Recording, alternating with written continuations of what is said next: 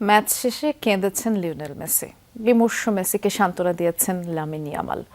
পর্তুগালকে Spain যেদিন বিদায় করল সেদিনও ক্রিস্টিয়ানো রোনালদোকে সান্ত্বনা দিয়েছিলেন ইয়ামাল। মাঠে ইয়ামালকে দেখা যায় সিজদা করতে, সৃষ্টিকর্তার প্রতি মোনাজাতে হাত তুলতে। এই ইয়ামালই বার্সেলোনার লা লিগার শিরোপা উৎসবের প্যারেডের দিনে ফিলিস্তিনের পতাকা হাতে নিয়ে ঘুরেছেন।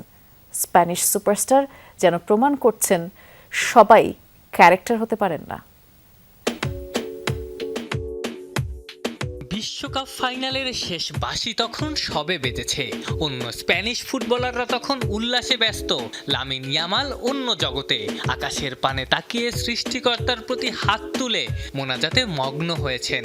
তাকে ধন্যবাদ দিয়েছেন, কৃতজ্ঞতা প্রকাশ করেছেন। লিওনেল মেসি তখন বিমর্ষ, মাটিতে বসে আছেন।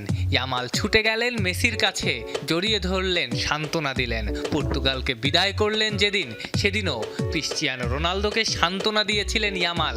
নানা কারণে ইয়ামালকে নিয়ে সমালোচনা থাকতে পারে, কিন্তু কিংবদন্তির প্রতি সম্মানে তিনি সবার সেরা। বিশ্বকাপে যে ম্যাচে তিনি প্রথমবার শুরুর একাদশে ছিলেন, সৌদি আরবের বিপক্ষে সেই ম্যাচের শুরুতেই গোল করেছিলেন ইয়ামাল। পরে লুটিয়ে পড়েন সিজদায়, কৃতজ্ঞতা প্রকাশ করেন সৃষ্টিকর্তার প্রতি। প্রতি ম্যাচেই দেখা যায় ইয়ামাল ম্যাচ শুরু করেন সৃষ্টিকর্তার প্রতি হাত তুলে।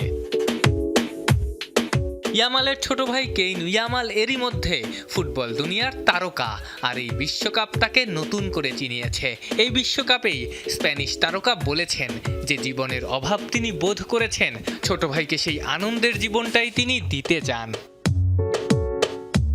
লামিনকে নিয়ে সমালোচনার শেষ নাই, কিন্তু এই ইয়ামালই বার্সেলোনার লা লিগা শিরোপা উৎসবের প্যারেডের দিনে ফিলিস্তিনের পতাকা হাতে নিয়ে ঘুরেছেন। সেদিন কিছু না বলেও অনেক কিছু বলেছেন ইয়ামাল। লাঠি তরবারি ছাড়াও সেদিন যুদ্ধ করেছেন। ফুটবলার বা স্পোর্টসম্যান অনেকেই হন, সবাই ক্যারেক্টার হতে পারেন না।